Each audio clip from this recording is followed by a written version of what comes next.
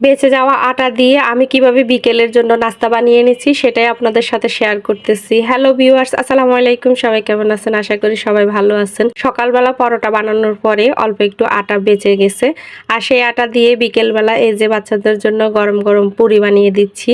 আর আমার বাচ্চারা এই ভাজা পোড়া খেতে অনেক পছন্দ করে, বিশেষ করে ছোট ছেলেটা। প্রায় সময় বিকেলের নাস্তার জন্য এরকম গরম গরম পুরি বানিয়ে দিতে হয়। আর পুরিগুলা সস অথবা মাংসের ঝোল অথবা ডালের যে কোনো তরকারি হলে খেতে কিন্তু সেই মজা লাগে, আর বাচ্চারাও কিন্তু অনেক মজা করে খায়। তো আমি অনেকগুলো পুরি বানিয়ে নিয়েছি, আর আমার সবগুলা পুরি কেমন দেখেন ফুলকো ফুলকো হয়েছে। পরোটা বানানোর সময় আমি আটার মধ্যে একটু তেল দিয়ে দিই, আর সেই আটা দিয়ে কিন্তু পুরি বানানো যায়। আর পুরিগুলো কিন্তু এরকম ফুলকো ফুলকো হবে।